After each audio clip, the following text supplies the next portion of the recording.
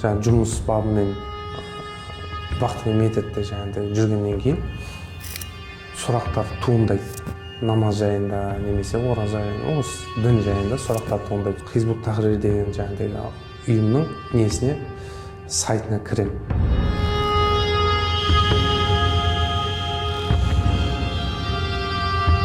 Қазақстан төңірегінде өзің арамдық пиғылын асыра алмағасын шет мемлекетке шығып асырмақшы болған деген осындай айып.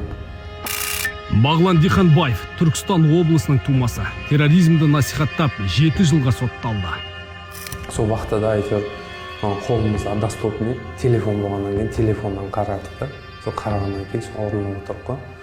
Салафи жаңағыдай жамағатпен де араластық, таблиғтермен де араластық, неше түрлі жаңағыдай ағымдарды көрдік қой, көрмедік емес. Бірақ соның ішіндегі енді Хизбут Тахрир деген жаңағыдай ағымға ұрынып тұрдық та. Соңғысы ба? Сол мәселемен қамалып отырдық.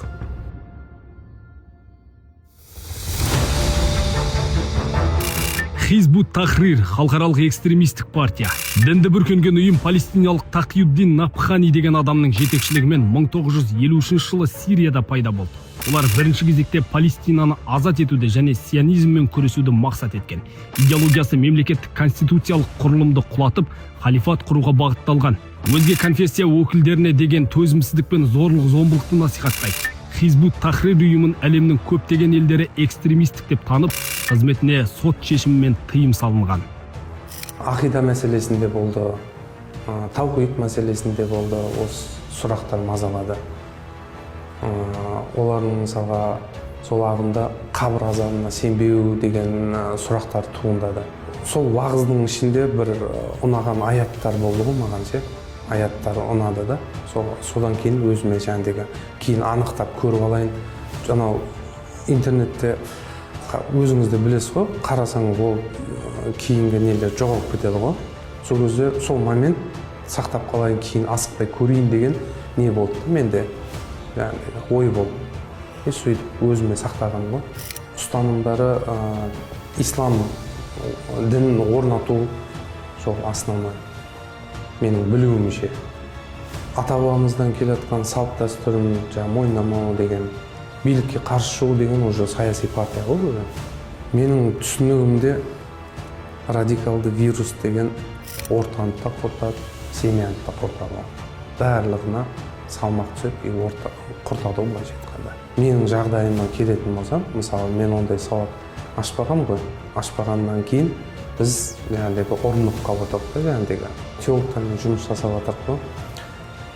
Мен өзімнің балаларыма да, жақындарыма да егерде сұрақтар болатын болса, білікті мамандармен, білікті теологтармен, немесе именно сол салада білетін адамдармен жолығып, не оны ұсынатын едім. Өз басымша. Өйткені содан мен басыма тиіп отыр ғой.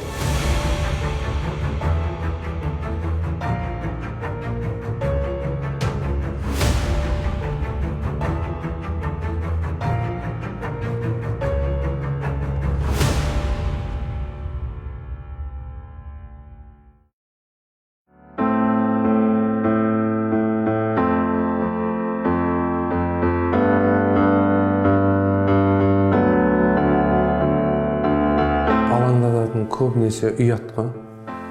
Ұят, ар, намыс, осы нәрселер алаңдатады. Неге десеңіз, жұртқа, елге ұят бір тақ түскен сияқты да. Ой, пәленшенің баласы абақтыда отыр, сотталып отыр деген қарт анам бар. Сол ертерек әйтеуір шығып, разылығына жетсек деп отырмыз ғой. Бала-шағаның тәрбиесі алдында да өсіп келе жатыр. Әкенің тәрбиесі бар. Сол қатты уайымдататын сол. Мойындап, бәрін келісіп, қателігімізді мойындап, не отыр ғой қазір. Шалындық, жаңылыс бастық, қателік жасадық. Күніге әйтеуір Құдайдан кешірім сұрап, осы заң алдында қылмыскер болып отырдық.